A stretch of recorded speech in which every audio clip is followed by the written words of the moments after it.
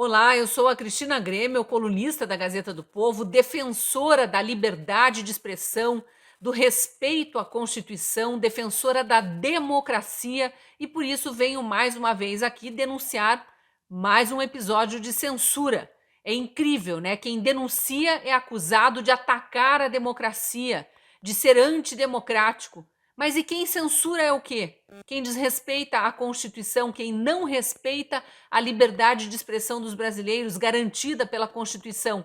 Esses são democráticos? O último episódio envolve o jornalista, escritor e poeta Adrilles Jorge, que tem quase 1 milhão de seguidores no Twitter e está impedido de conversar com toda essa audiência por ordem do TSE, Tribunal Superior Eleitoral. Detalhe: ele não desrespeitou nenhuma norma, nem mesmo aquelas atribuídas à população brasileira, né, impostas à população brasileira durante as eleições, que está proibido falar de urnas eletrônicas, de confiabilidade do sistema eleitoral, ou dias depois da eleição, e que provocou vários episódios de censura também a deputados, influenciadores digitais e até a um economista que foi questionar alguma anomalia no sistema eleitoral. Não, nada disso. Adrilles Jorge simplesmente reclamou da censura e foi censurado. Assista a entrevista. Com o jornalista, escritor, poeta, palestrante, comentarista Adrilles Jorge e o mais novo censurado do Twitter Brasil, Amando, do TSE. É incrível, né, Adrilles? Já terminaram as eleições, eles querem que o debate termine, estão proibindo que se fale sobre o processo eleitoral, mas eles não encerram, continuam dando ordens de censura. Foi ordem do TSE, pelo que veio no comunicado do Twitter, né? O comunicado do Twitter que chegou ao meu e-mail foi uma ordem direta do TSE. Eu busquei os arquivos lá do processo, meu advogado buscou. Eu não sei exatamente do que eu estou sendo acusado, não sei por que suspenderam a minha conta. O que me restou fazer? Eu vi meus últimos 20, 30, 40 tweets, e as últimas postagens, e tudo que eu falo é indagar sobre a subversão e a inversão da justiça, né? Porque a liberdade de expressão é um princípio essencial não só do marco regulatório da internet, como da Constituição brasileira. E o que eu falei nesses últimos 20 ou 30 tweets é exatamente a percepção e a suspeita clara de que existe um órgão censor. E não sou eu que estou dizendo. A própria Carmen Lúcia, quando ela diz, dentro desse escopo de uma legislação, de um processo eleitoral que eu já acho meio espúria, né, que você pode retirar conteúdos em 2 horas, que você pode remover, exatamente dar um direito de resposta de maneira meio arbitrária, meio esquisita, meio incisiva, você não saber o que exatamente você pode dizer. E essa legislação meio espúria, a meu ver, foi projetada para além da eleição, em que perfis estão sendo constantemente, permanentemente, sem nenhum tipo de explicação, removidos. Ou seja, aquilo que a Carmen Lúcia falou, eu acho que é muito sintomático o discurso dela, que a gente talvez esteja incorrendo no período de censura, mas contra fake news, contra discurso de ódio, contra atos e discursos antidemocráticos, sabe-se lá o que é isso?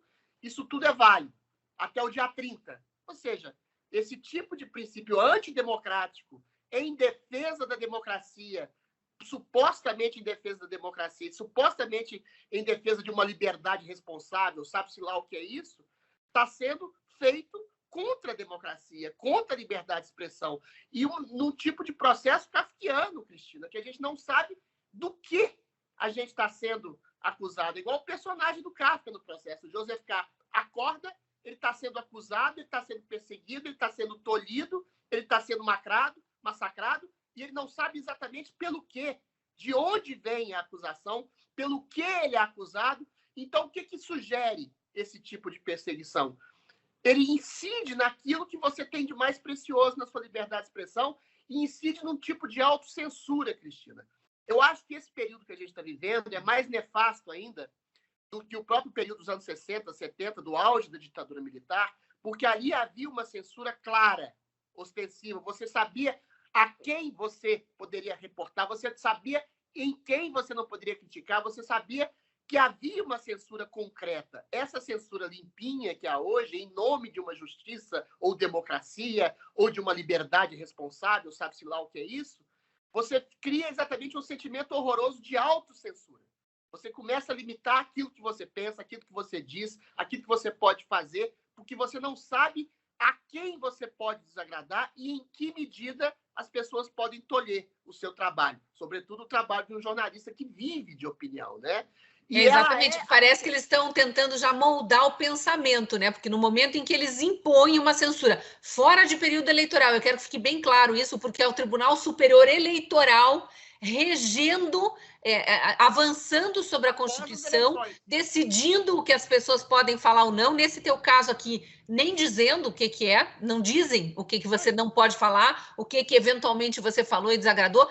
E também vamos deixar claro, eles disseram lá no período eleitoral que não se podia criticar o sistema eleitoral, que não se podia falar determinadas palavras em relação ao sistema eleitoral, e isso o pessoal está respeitando, em tese. Na verdade, os deputados aí e o economista Marcos Sintra, que foram censurados antes de você, mas depois das eleições, eles chegaram a comentar aí questões de segundo turno e tal, e teriam sido censurados por isso. Não é o teu caso, né?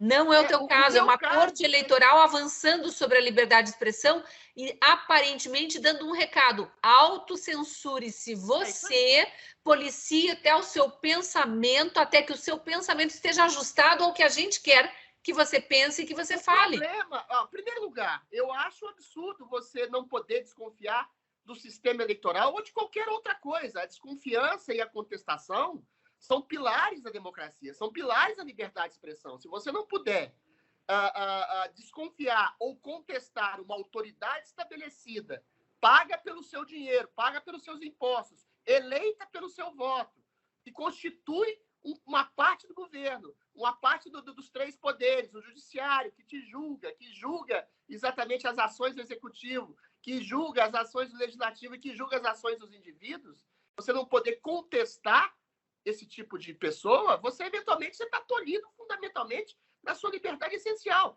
E como você disse, eu não contestei o processo eleitoral.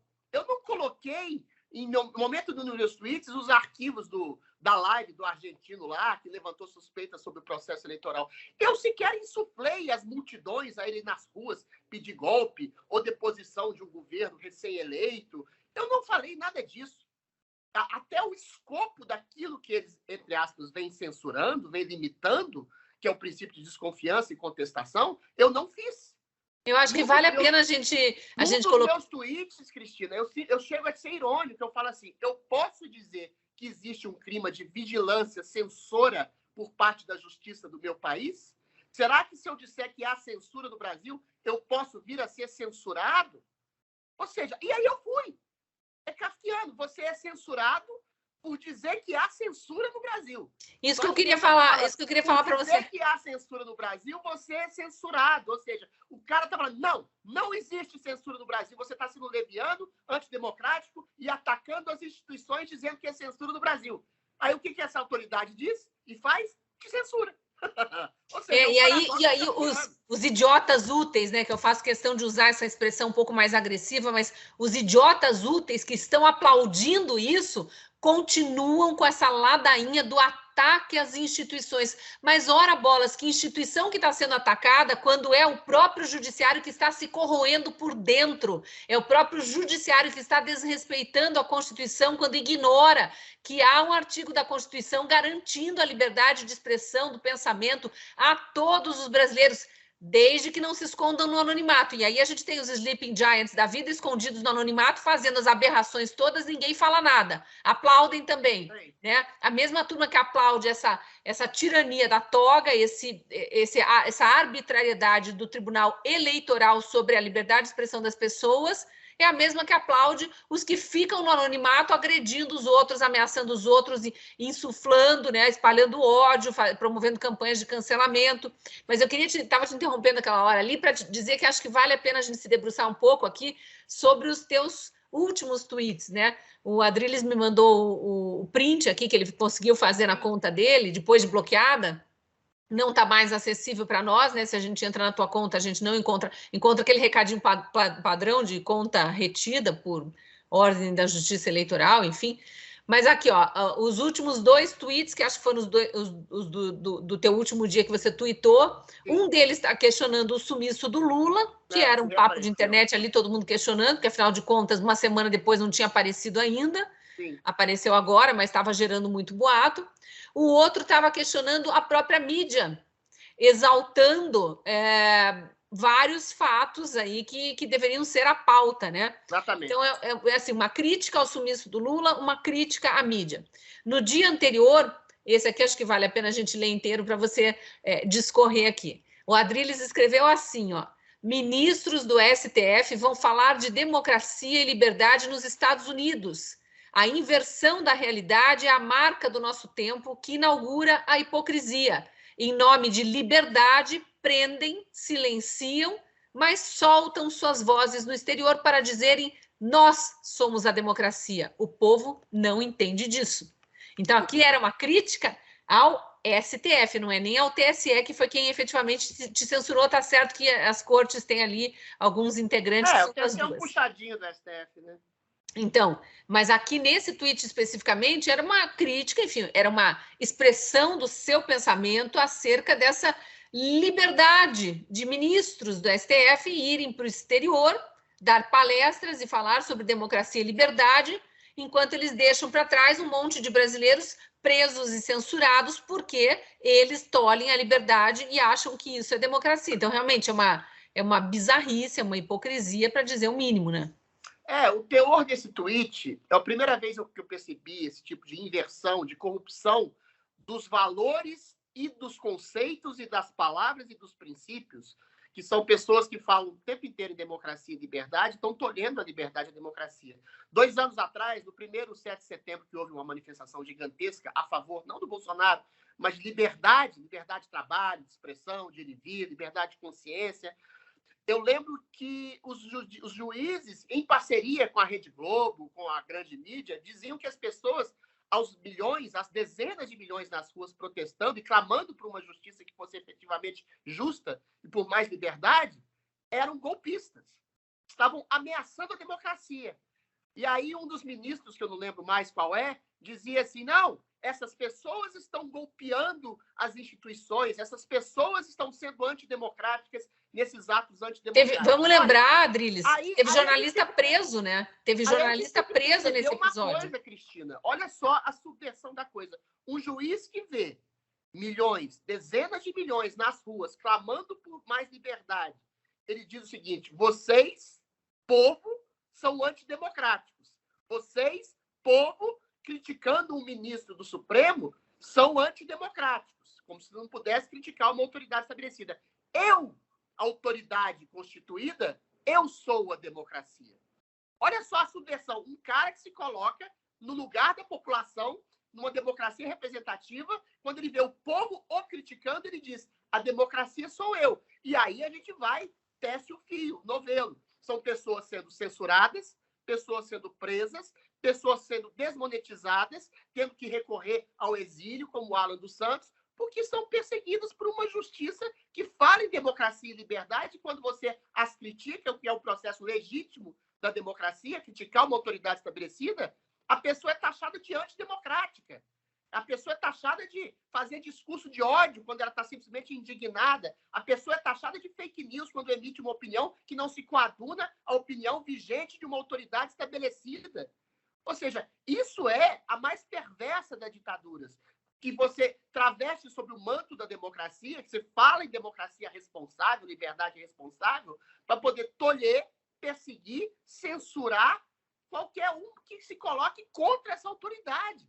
E quando você não permite a legítima crítica, a legítima desconfiança, a legítima contestação, você está se tornando inexoravelmente ditador. Agora, pedir que a esquerda, que tem uma tradição milenar, histórica, secular, de agressões às liberdades essenciais, é só ver todos os governos constituídos socialistas, é querer te pedir demais. E, infelizmente, o nosso judiciário tem imbuído esse espírito progressista, autoritário, com esse verniz de iluminação. Não, a gente tem que conduzir o povo até um ponto de utopia em que ele possa ser mais feliz. O povo não sabe o que quer. Ou seja, existe um ar de de arrogância, desse Arrogância. princípio de desconfiança da vontade do povo, da consciência popular, da ideia do povo. Então, aquele que se constitui como autoridade quer autoritariamente guiar o povo. E quando alguém fala, opa, não, o povo tem vontade própria, eu tenho vontade própria, eu posso criticar essa sanha autoritária que vocês têm, essa pessoa é taxada de antidemocrática. Ou seja, é a inversão, não é nem subversão, é a inversão completa dos conceitos de democracia e liberdade. Quem fala hoje, eu volto a dizer, em liberdade e democracia, são as pessoas que mais atacam por dentro das instituições, as liberdades essenciais e democráticas garantidas por lei na própria Constituição brasileira.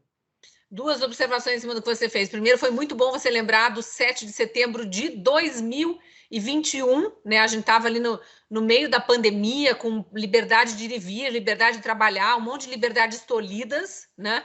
A gente já tinha a ditadura da vacina, então os passaportes sanitários, tolhendo liberdade de... Espero que agora seja permitido falar disso, né? Mas tolhendo liberdade de estudar, liberdade de se formar. Teve estudante que nem precisava mais ir para a aula e foi impedido de se formar, não é participar da cerimônia de formatura, de receber o diploma, porque não tinha não sei quantas doses que eles estavam pedindo. Então, aquela manifestação foi para isso, e a gente teve naquele momento jornalista preso, o Wellington Macedo, que é um jornalista do Ceará, foi preso em Brasília, está até hoje com tornozeleira eletrônica, passou 30, 40 dias na Papuda, quase morreu, porque teve um episódio de greve de fome não intencional, ele não conseguia se alimentar, enfim, estava num estado depressivo, eu acho.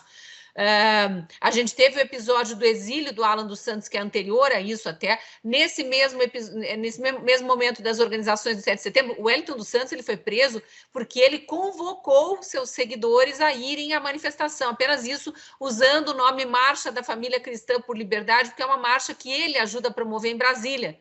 E aí fizeram uma associação a golpe, associando a 1964, sei lá eu qual foi a interpretação. Ele foi preso por causa disso, completamente à revelia da nossa Constituição e das nossas leis penais. O Zé Trovão, o Sérgio Reis, teve muitas pessoas que convocaram manifestações naquela época, que foram presas, perseguidas, difamadas e estão até hoje nesse limbo, né? Estão no famigerado inquérito das fake news, onde todo mundo acaba caindo, estão nesse limbo.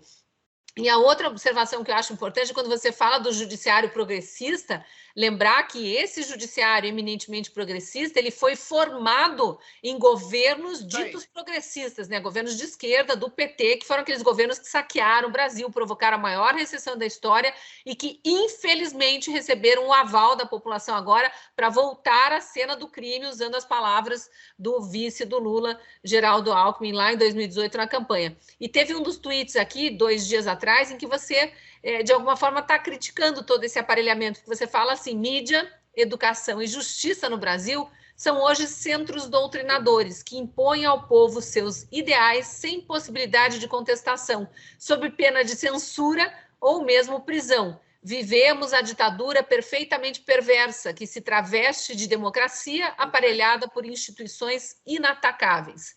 Então, de novo, aqui é crítica à censura. É uma crítica ao desrespeito à Constituição, a quem ataca a democracia ao não respeitar a Constituição no seu artigo que fala da liberdade de expressão. Então, realmente é uma inversão de valores o que eles estão fazendo aqui. A gente está supondo, né, que foi por causa desses tweets, os últimos tweets, nem sabe exatamente se foi por causa disso que a tua conta foi derrubada. Mas todos os meus tweets estão exatamente nesse sentido, Cristina. São críticas exacerbadas e incisivas a um processo de sufocamento da liberdade e da voz de cada cidadão. O que eu percebi aí nesse último tweet que você falou é o princípio de uma ditadura perfeita. Por que eu digo que é mais perverso que nos anos 70? Pela junção de todos os grupos organizados. Você tem um executivo, que coincidentemente, 1 ano atrás, um homem que foi condenado em 3 instâncias, que estava na cadeia, foi solto para disputar as eleições. Foi solto por quem? Por um tribunal que ele mesmo conseguiu erigir, com 7 ministros indicados, 7 ou 8, se eu não me engano, à época lulopetista, para disputar as eleições. Você tem uma grande mídia que endossa esse tipo de volta a esse ex-condenado ao poder, porque, eventualmente, pelo ódio ao governo Bolsonaro, pelo ódio ao conservadorismo, pelo ódio à direita. É um ódio construído também, né? Desse tribunal que soltou esse homem para ser candidato, que foi eleito presidente da República, e você tem uma justiça exatamente parcial, que favorece todas as ações das esquerdas e, eventualmente, censura, persegue, prende toda a direita vigente no Brasil. Aí resta o quê? Resta o povo calado e amordaçado e amedrontado. Restam os jornalistas calados, amedrontados e com receio de dizer qualquer coisa, porque, eventualmente, como eu, sofrem uma sanção da justiça, perdem suas redes sociais, perdem sua voz, sofrem pressões por prisão ou por multas absolutamente exacerbadas. Então, a gente não sabe do que a gente está sendo censurado. Você falou no isolamento social, e não é à toa que o Lula falou, né, da questão de que o Covid tinha sido um presente para a esquerda brasileira, para favorecer o Estado tutelador, o Estado matriarcal, o Estado como madrasta opressora, que diz o que você, cidadão, deve fazer, aonde, quando, em que horário você pode trabalhar. E aí, eventualmente, você tem esse Estado ultraprogressista opressor que surge da crise do Covid-19, tolhendo as possibilidades de trabalho, tolhendo as possibilidades de opinião, quer seja sobre saúde pública, sobre vacina, sobre isolamento social, sobre qualquer coisa, proíbe as pessoas de incitarem qualquer grupo a se organizar para falar, para contestar, para criticar. Ou seja, você citou o Wellington Macedo, é um homem que foi o quê? Preso por incitar pessoas a se reunirem e a criticar as autoridades estabelecidas. Isso é visto como antidemocrático. Então, você tem toda essa censura vaga em nome dessas tipificações criminais que eles criaram, que não existem no Código Penal, a saber, discurso de ódio. O que é? Você pode se indignar com uma autoridade, aí é ódio. Fake news é uma opinião, uma percepção da realidade que não reveste a opinião da autoridade estabelecida. Ato antidemocrático, você se reunir com mais de 2 pessoas numa rua para falar, para bradar algum tipo de crítica legítima, como eu vi nos anos 90, nos anos 2000, nos anos 2010, fora Lula, fora FHC, fora Itamar, fora Temer. Ou seja, você não pode criticar uma autoridade do judiciário, é inatacável. Você não pode criticar o STF, ele é inatacável. Antes podia, né? Agora virou crime. Você não pode fazer uma crítica ao sistema eleitoral. Você não pode fazer uma crítica ao isolamento social. Você não pode fazer uma crítica à obrigatoriedade de uma pessoa tomar ou não vacina. Você não pode falar nada. Então, tudo isso se transforma em crime. Ao bel prazer daquele juiz com uma intenção política, social, sei lá, outra ideológica, sei mais o quê, que pode eventualmente te prender, te calar, te silenciar, te desmonetizar a sua livre jurisprudência daquilo que ele acha que é crime. Só que o principal juízo que está arraigado na nossa Constituição, em qualquer Constituição democrática civilizada do mundo, é o respeito à liberdade de opinião, à liberdade de expressão. E o próprio Alexandre de Moraes, num dos seus livros, fala a liberdade de criticar, a liberdade de ter uma opinião agressiva, incisiva, que não se coaduna a uma moral vigente. E agora ele mesmo, em parceria com seus amigos juízes, subvertem tudo aquilo que eles mesmos disseram no passado.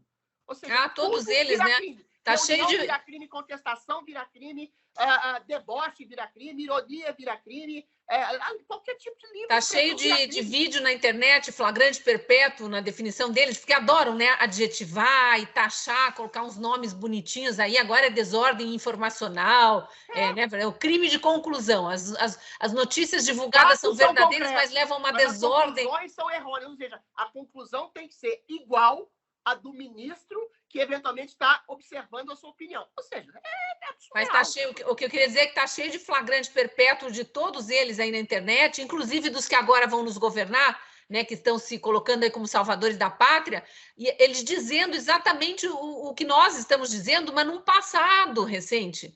Né, quando eles eram criticados ou quando eles criticavam, aí todos, né, colocavam isso em pratos limpos. Agora virou crime, agora é desordem informacional, agora é fake news, agora é ataque a instituições, enfim.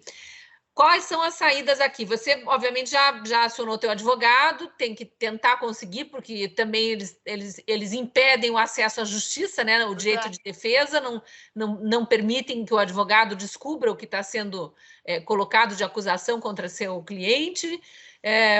Do Senado a gente não pode esperar nada, né? Rodrigo Pacheco absolutamente omisso, lá o presidente que deveria colocar em votação pedidos de impeachment de ministros do STF.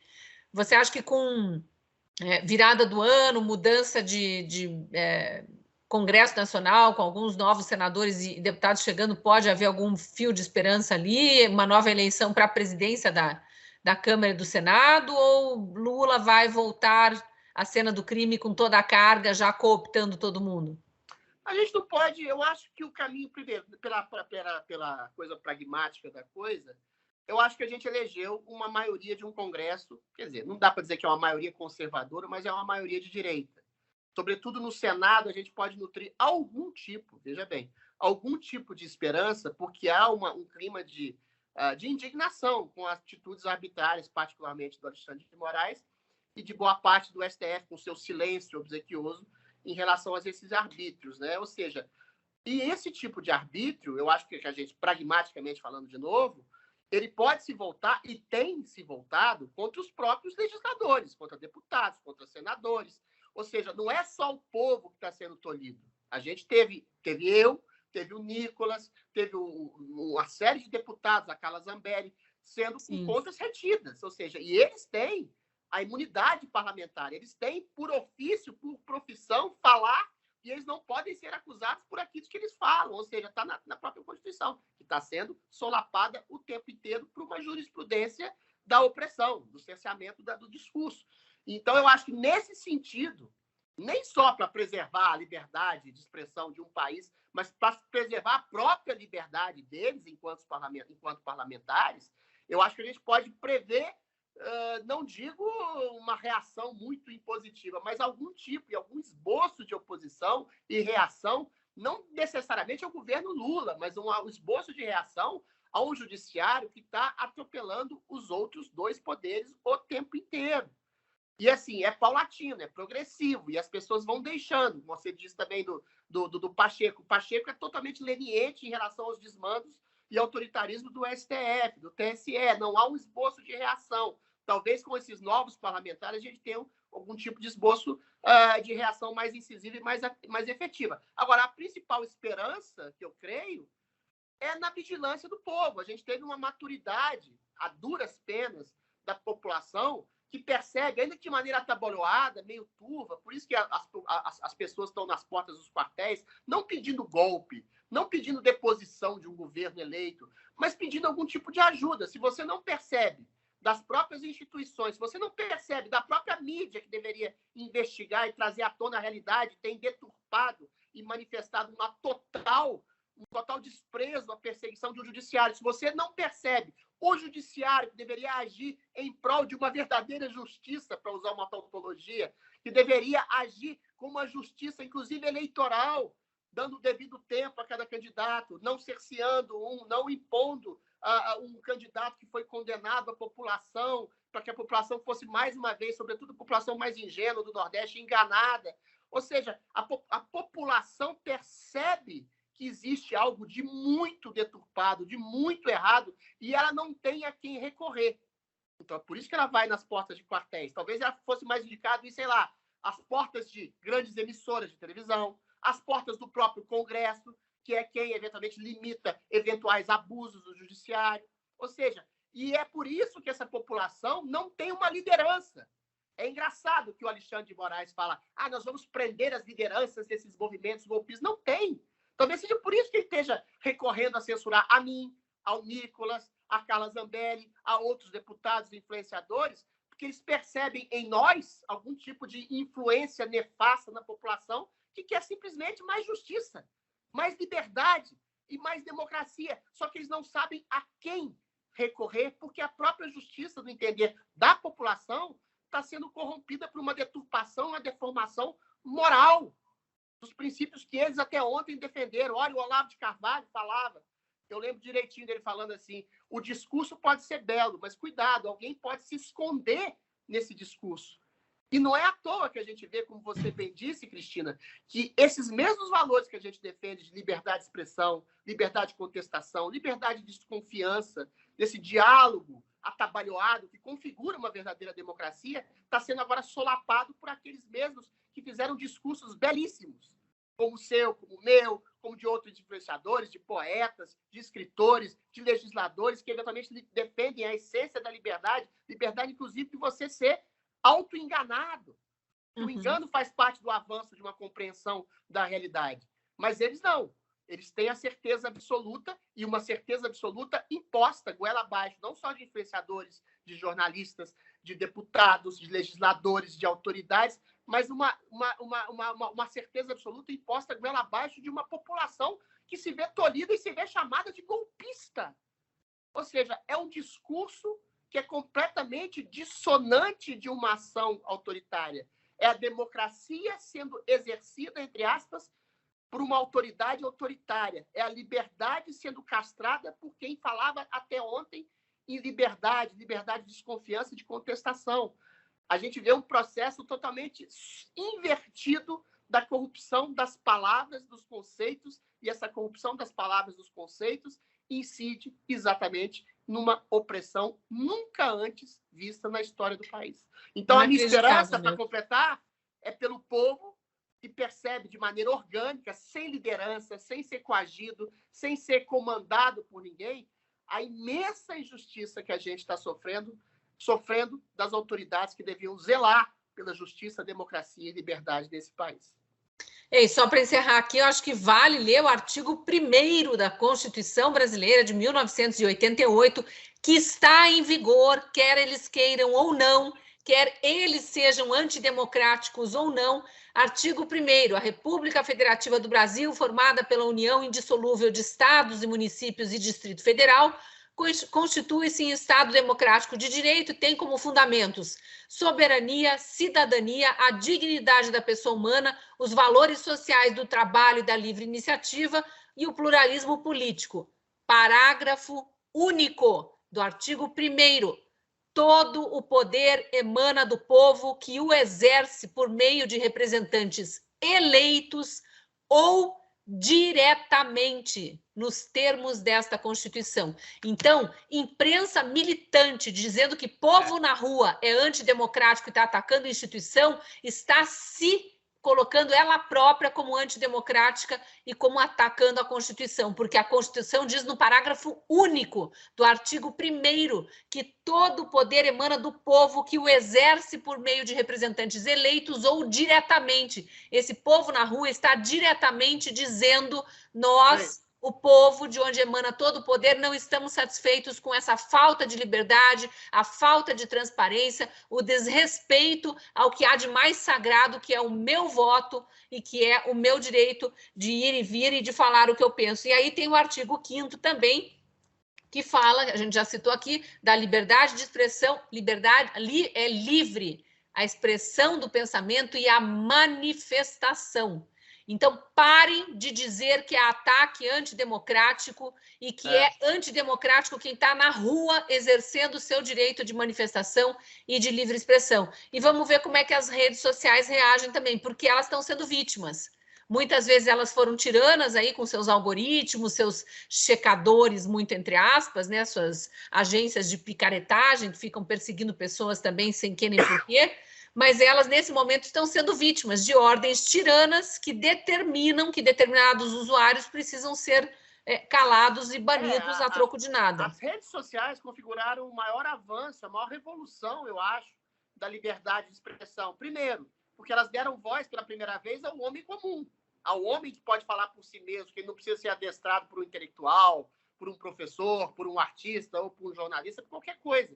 Elas democratizaram porque ampliaram as mídias alternativas. Não é à toa que as grandes mídias têm horror às redes sociais e querem tolher o espaço das liberdades dentro dessas redes sociais. Primeiro, pelos seus próprios CEOs, que também tem uma característica, um viés mais progressista, com exceção do Twitter agora, que eventualmente começaram a tolher pelos seus algoritmos as vozes mais conservadoras, né? Agora, como você bem disse, estão sendo tolhidos pelas próprias autoridades judiciais que impõem multas astronômicas com legislações absurdas. Você pode remover um conteúdo ou uma pessoa, como eu, em 1, 2 horas, e se elas não obedecem, elas são tolhidas por dinheiro, por pressão econômica, né?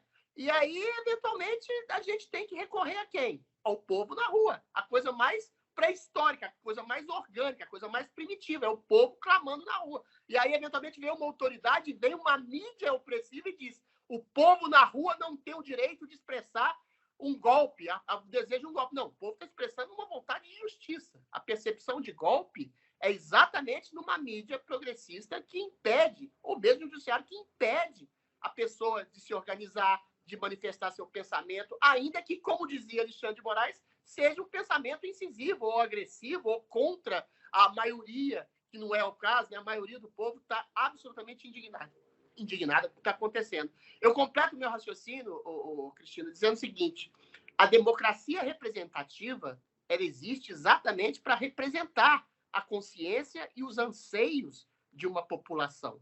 Se a democracia representativa, se os representantes da população não fazem jus, não fazem justiça a essa representatividade, então eles podem ser não só criticados, como podem ser tirados. Pode ser pelo meio do voto? Pode, mas se eventualmente uma pessoa passa 4 anos conspurcando aquilo que ela dizia representar, ela tem elementos legais para ser retirada. E um juiz, por exemplo, que não foi eleito, que não foi sequer representado pelo anseio do voto popular, ele pode também ser criticado. A contestação, a desconfiança, a crítica são pilares fundamentais da democracia civilizada no mundo. E quando alguém que se julga um representante máximo do povo deixa de escutar o povo, passa a oprimir o povo, perseguir o povo, calar o povo, o que o povo deve fazer? Aí, eventualmente, eu deixo essa resposta para o público que está vendo o nosso debate aqui. Vamos deixar a reflexão no ar aí, porque temos dias de muita luta pela frente, né? Precisamos lutar pela nossa liberdade de expressão, por todas as nossas liberdades e respeito à nossa Constituição, especialmente de quem é funcionário público pago com o nosso dinheiro, com o dinheiro dos nossos impostos, como é o caso dos juízes ou ministros de tribunais superiores, né? Obrigada, viu, Adriles? Boa sorte na luta aí. Aqui você tem sempre espaço, a Gazeta preza pela liberdade de expressão, então venha mais vezes. Eu que agradeço, querida. Forte abraço. Liberdade para todos, se Deus quiser. Liberdade. Obrigada.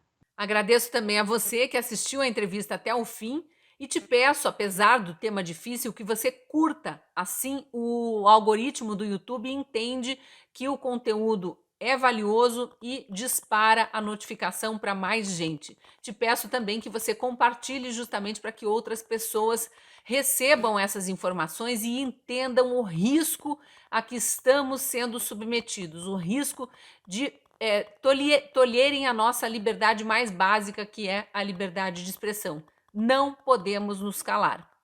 Se você ainda não é assinante da Gazeta do Povo, te peço também que considere fazer uma assinatura. O preço está em promoção. Você acessa pelo link da descrição do vídeo ou por esse QR Code da tela. E sendo nosso assinante, você ajuda a patrocinar um jornalismo único no Brasil, que defende as nossas liberdades, que não chama manifestantes de antidemocráticos, que defende o direito à manifestação e à livre expressão do pensamento, entre outras convicções conservadoras. Eu sou colunista da Gazeta e te espero lá.